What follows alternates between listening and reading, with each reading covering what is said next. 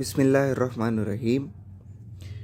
मैं उस्मान फ़लक हूँ और आप मेरा YouTube channel learn with Usman Falak के साथ स्टडी कर रहे हैं। हम इस्लामिक स्टडी की सीरीज़ स्टार्ट करने जा रहे हैं और इस सीरीज़ में हम जितने भी इस्लामिक स्टडी के अंदर टॉपिक्स हैं उनको टॉपिक वाइज स्टडी करेंगे और उनके रिलेटेड जितने एमसीक्यूज़ वन पेपर में या कहीं भी आने के चांसेस हैं उनको हम स्टडी करेंगे। तो लेट्स स्टार्ट। जो हमारा पहला टॉपिक है वो नमाज है। हम नमाज के सबसे पहले इंट्रोडक्शन पढ़ते हैं। इंट्रोडक्शन में इसका सबसे पहले मीनिंग है कि इसका मीनिंग क्या है। इसका मीनिंग है प्रे फॉर समथिंग, कोई चीज़ के लिए मांगना, दुआ करना, इसको कहते हैं नमाज। यानी दुआ करना, दुआ मांगना, ये नमाज का लफ्ज़ी मतलब है। जब हमने इसका हिस्टोरिकल बैकग्राउंड स्टडी किया, ये कब फ़र्ज़ हुई, किस हिजरी, किस सन में, किस नबवी में, तो वो पढ़ते हैं। ये 27 रजब को 10 नबवी, ये कंफ्यूज नहीं होना, ये नबवी है, हिजरी नहीं है। नबवी से मुराद है कि जब नबूवत को 10वां साल था, यानी नबी अलैहिस्सलाम के ऊपर एक्चुअली जो नबूवत ईस्वी में आई थी वो आई थी 610 ईस्वी में। आप अलैहिस्सलाम के ऊपर आपको मेरा नबूवत का ताज पहनाया गया था। नबूवत का 10वां साल था, तो उस वक्त आप अलैहिस्सलाम को मेराज हुई।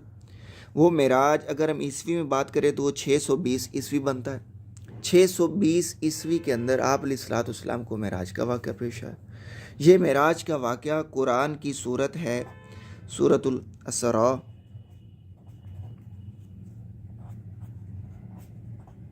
सूरतुल असरा जो कि 15वें पारे में है। पारा नंबर 15 है, जिसको हम चैप्टर भी कहते हैं। चैप्टर नंबर 15 है और इस सूरत का जो नंबर है वो सूरत का नंबर 17 है। 17 नंबर है सूरत का, जिस सूरत के अंदर ये मेराज का वाक़या पेश आता है और फिर ये नमाज फ़र्ज़ होती है। इसके बाद नमाज की टाइप्स की तरफ मूव करते हैं। तो नमाज की टाइप्स में सबसे पहली जो किस्म है वो है नमाज फ़र्ज़, जिसको हम फ़र्ज़ नमाज कहते हैं। फ़र्ज़ नमाज इसमें फ़जर है, 5 वक्त की नमाज फ़र्ज़ नमाज है, जिसमें फ़जर है, ज़ोहर है, असर है, मगरिब और इशा। ये 5 वक्त की नमाज फ़र्ज़ नमाज है। वाजिब नमाज में थोड़ा सा आपको क्लियर कर दूं कि कुछ उलमा के नज़दीक जुमा की नमाज भी फ़र्ज़ है, लेकिन जो मेजॉरिटी उलमा है वो कहते हैं कि जुमा की नमाज वाजिब है, फ़र्ज़ नहीं है। क्योंकि कई इलाक़ों के अंदर जो जुमा की नमाज है वो नहीं पढ़ाई जाती। उलमा कहते हैं कि यहाँ फ़र्ज़ ही नहीं है, क्योंकि जुमा की नमाज के लिए कुछ सरकमस्टांसिस हैं कि अगर वो इलाका थोड़ा सा डेवलप है तो वहाँ पर जुमा की नमाज़ पढ़ाई जाएगी, अदरवाइज़ वहाँ जुमा की नमाज़ नहीं पढ़ाई जाएगी। तो मेजॉरिटी उलमा कहते हैं कि जुमा की नमाज है ये वाजिब है, जुमा की नमाज। तो जुमा की नमाज भी वाजिब है। इसके अलावा हम वितर पढ़ते हैं, वितर भी वाजिब हैं। जो ईद की नमाज़ें हैं, नमाज ईदैन, ईदैन की नमाज़ें भी वाजिब हैं। ईदैन की नमाज 2 रकत होती है। ये 2 रकत नमाज है और इसमें जो अज़ाफ़ी है वो जो है 6 तकबीर होती हैं, 6 तकबीर होती हैं जो अज़ाफ़ी इसमें होती हैं। वैसे ये 2 रकत वाजिब है और इसमें 6 रकत तकबीर भी वाजिब है। इसके बाद हमने फ़र्ज़ किफ़ाया को स्टडी करना है कि फ़र्ज़ किफ़ाया क्या होता है। तो इसमें एक फ़ेमस नमाज है, नमाज जनाजा है। नमाज जनाजा ये फ़र्ज़ किफ़ाया। थोड़ा सा डिफ़ाइन कर दूं कि फ़र्ज़ किफ़ाया क्या होता है। फ़र्ज़ किफ़ाया ये होता है कि अगर एक बस्ती है, एक इलाका है, तो उसमें एक बंदे की डेथ हो गई है, तो ये फ़र्ज़ ऐन है तमाम उस इलाका के ऊपर कि उसका जनाजा पढ़े। लेकिन अगर उसके चंद लोग उसके ऊपर उसका जनाजा पढ़ लेते हैं तो वो जो बाकी पूरा इलाका होता है उसका वो कफ़ाया हो जाता है, उनकी तरफ से भी वो जनाजा पढ़ा जाता है। अब उनके ऊपर गुनाह नहीं होगा, चंद लोगों ने अगर पढ़ दिया तो इसको कहते हैं फ़र्ज़ किफ़ाया। तो ये नमाज जनाज़ा है। नमाज जनाज़ा जो है वो फ़र्ज़ किफ़ाया है।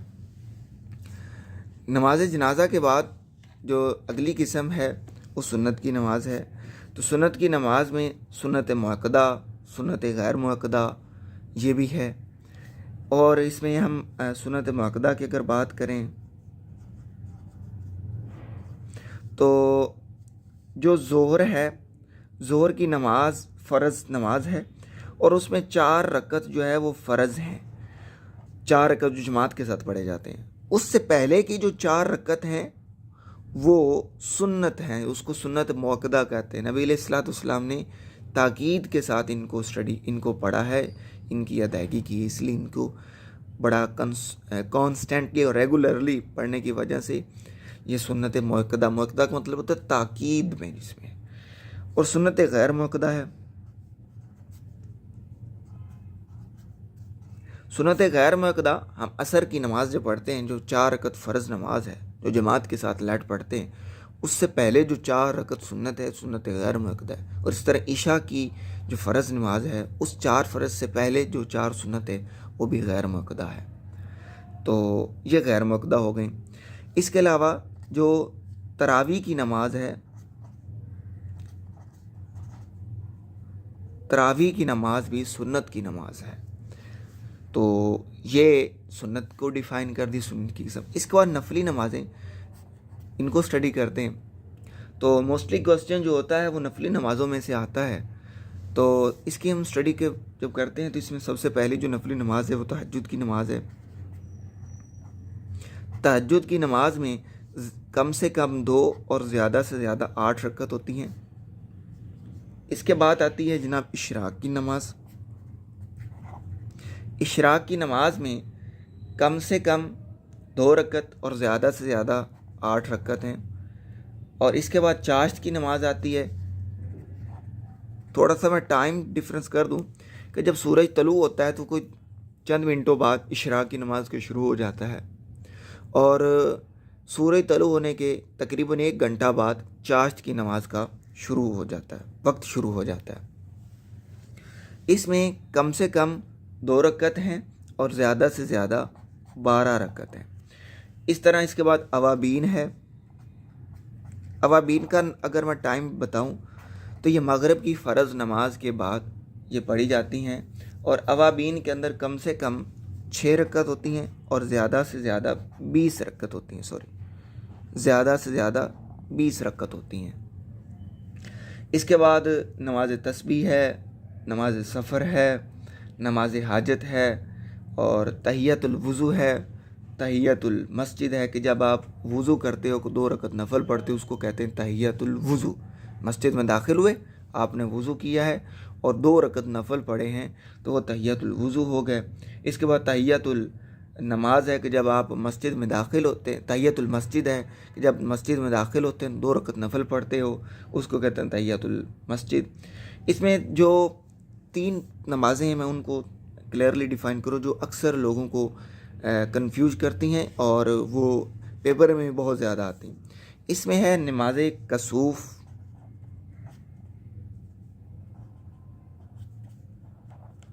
नमाज कसूफ़ ये है जो चांद गिरहन के दौरान पढ़ी जाती हैं। ये 2 रकत है। इसकी जो रकत की तादाद है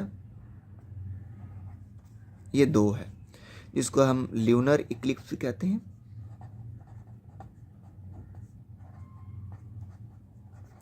ल्यूनर इक्लिप्स कहते हैं। ये 2 रकत की नमाज है। इसके बाद नमाज खसूफ है। ये भी 2 रकत की नमाज है जो सूरज गिरहन के दौरान पढ़ी जाती है। 2 रकत की नमाज है। इसको हम सोलर इक्लिप्स कहते हैं।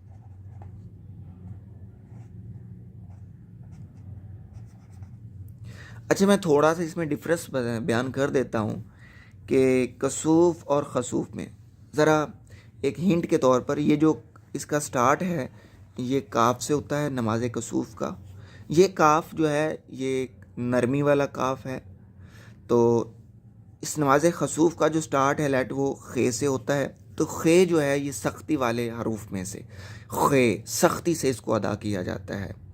और कसूफ में काफ को नरमी से अदा किया जाता है। तो याद रखना कि सूरज की तपश सख्त होती है, तो सोलर सूरज सख्ती वाला, तो उसमें खे खसूफ है। और काफ ये नरमी वाला है, तो चाँद की जो रोशनी होती है वो नरम होती है, वो सख्त नहीं होती है।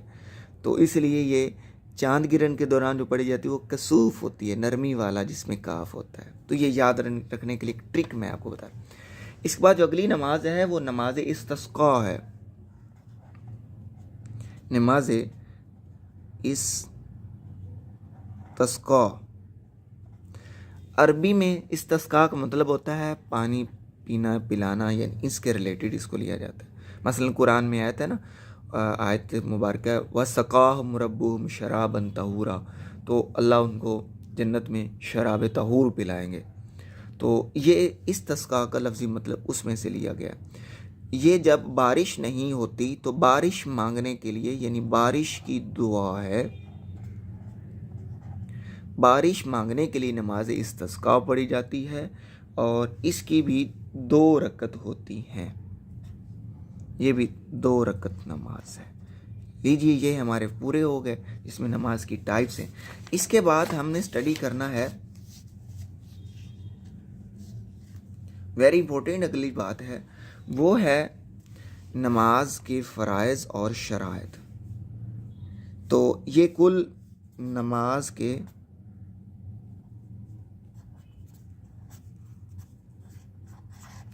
फ़राइज़ व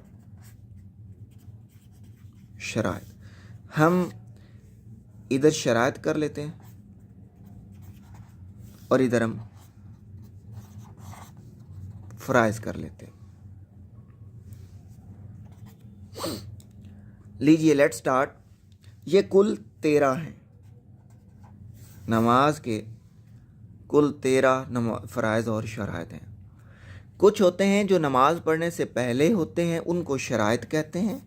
और जब नमाज हम स्टार्ट कर लेते हैं उस वक्त जो कंडीशंस हैं उनको हम फ़राइज़ कहते हैं। तो शराइत से मतलब अगर वो पूरी हुई तो नमाज के लिए आप रेडी हो, वगरना नहीं। तो सबसे पहला है कि आपके पास जो नमाज आप पढ़ने जा रहे हो कि वो नमाज का वक्त है या नहीं है।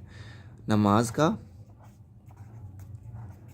वक्त, ये पहला हो गया, ये पहली है। मसलन आप अगर ज़ोर की नमाज़ पढ़ने जा रहे हैं तो क्या वो ज़ोर की नमाज़ का वक्त है या नहीं। ये ना हो कि आप 11 बजे हैं और आप ज़ोर की नमाज़ स्टार्ट कर दें, तो इसका मतलब वो तो स्टार्ट ही नहीं होगा ज़ोर का वक्त। अभी ज़ोर का वक्त तो बाद में स्टार्ट होगा, तो इसलिए नमाज का वक्त होना ज़रूरी है। अगली है आपके पास शर्त कि आपका सितर औरत, यानी सितर छुपा होना। मर्द का सितर है घुटनों से लेकर नाफ तक, ये छुपा होना चाहिए। और औरत का सितर है कि औरत के हाथ और उसका चेहरा और उसके पाँव, यानी ये नंगे होने चाहिए। बाकी पूरा बदन बिमा उसके बाल वो छुपे होने चाहिए, ढपे होने चाहिए कपड़े के ज़रिए। अगर बाल भी औरत के खुले हैं तो उसकी नमाज नहीं है। तो ये औरत का सितर अलग है, मर्द का सितर अलग है। तो सितर कंप्लीट होना, छुपा होना, ये ज़रूरी है। इसके बाद जी अगली कंडीशन है हमारे पास बदन का पाक होना, बदन की पाकी, बदन पाक होना चाहिए। फिर है जगह का पाक होना, जगह का पाक होना कि जहाँ हम नमाज पढ़ने जा रहे हैं वो जगह पाक है या नहीं, ये शर्त है। फिर जी है आपके पास जो 5वीं है वो है किबला की तरफ रुख होना, रुख किबला, किबला की तरफ आपका रुख होना। 6ठी शर्त है जो कि लास्ट है, उसको कहते हैं नियत होना। अब देखिए आपकी ये सारी कंप्लीट हो गई हैं शराइत, और उसके बाद आप खड़े हो गए हो, रेडी हो नमाज के लिए, तो उस वक्त आपकी नीयत होना ज़रूरी है। आइदर आप लोग क्या नमाज़ पढ़ने जा रहे हो, कौन सी पढ़ने जा रहे हो, क्या पढ़ने, सुन्नत पढ़ने जा रहे हो या फ़र्ज़ पढ़ने जा रहे हो, तो ये एक नीयत, इरादा होना ज़रूरी है। ये शराइत होगी। ये हैं प्री, ये नमाज, प्री नमाज से पहले कंडीशंस होना ज़रूरी है। अब फ़राइज़ की बात कर रहे हैं, तो ये फ़राइज़ है कि आफ्टर जब आपने नमाज स्टार्ट की है तो उसके लिए क्या फ़राइज़ हैं। अगर इनमें से एक भी पूरा नहीं है शराइत या फ़राइज़ में से, तो आपकी नमाज नहीं है। पहला है तकबीर तहलीला। तकबीर तहलीला, तकबीर तहरीमा, ये तहरीमा इसको कहना है, सॉरी फॉर दैट, तकबीर तहरीमा है। तकबीर तहरीमा का मतलब होता है कि अब आपने तकबीर कही अल्लाहु अकबर रफ़ा यदैन करके, उस वक्त बाकी तमाम जो अमूमी आप काम करते हो आपके ऊपर जायज़ नहीं, हराम हो चुके हैं। अब एक स्पेशल आप कंडीशन में चले गए हो, तो उसके लिए तकबीर तहरीमा कहते हैं। अगला जी है, दूसरी है क़याम। अब आपने खड़ा होना है, क़याम करना है, तो ये क़याम ज़रूरी है। आपको कुछ देर के लिए, एक रकत के लिए एक मरतबा क़याम करना ज़रूरी है। और फिर जी है तीसरी शर्त, इसमें फ़र्ज़ है क़िरात, कि आपने जब क़याम किया है तो उसमें कुछ कुरान पढ़ना ज़रूरी है। मसलन आप सूरत पढ़ते हो, सूरत फातिहा या कोई और दूसरी सूरत पढ़ते हो, तो वो क़िरात कर रहे हो, तो नमाज में कि नमाज का फ़र्ज़ में से है। यानी कुरान की तिलावत दरमियान में करना, चाहे वो कितनी भी हो, वो फ़र्ज़ है। अगर कुरान की तिलावत नहीं की नमाज में एक रकत के अंदर, तो नमाज नहीं हुई। अगला जी है, चौथी है रुकू करना। रुकू भी ज़रूरी, एक रकत के लिए रुकू का होना ज़रूरी है। पांचवी शर्त है 2 सजदे। एक रकत के लिए 2 सजदे करना ज़रूरी है, 2 सजदे नहीं होंगे नमाज नहीं है। छठी जी है तशहद में बैठना।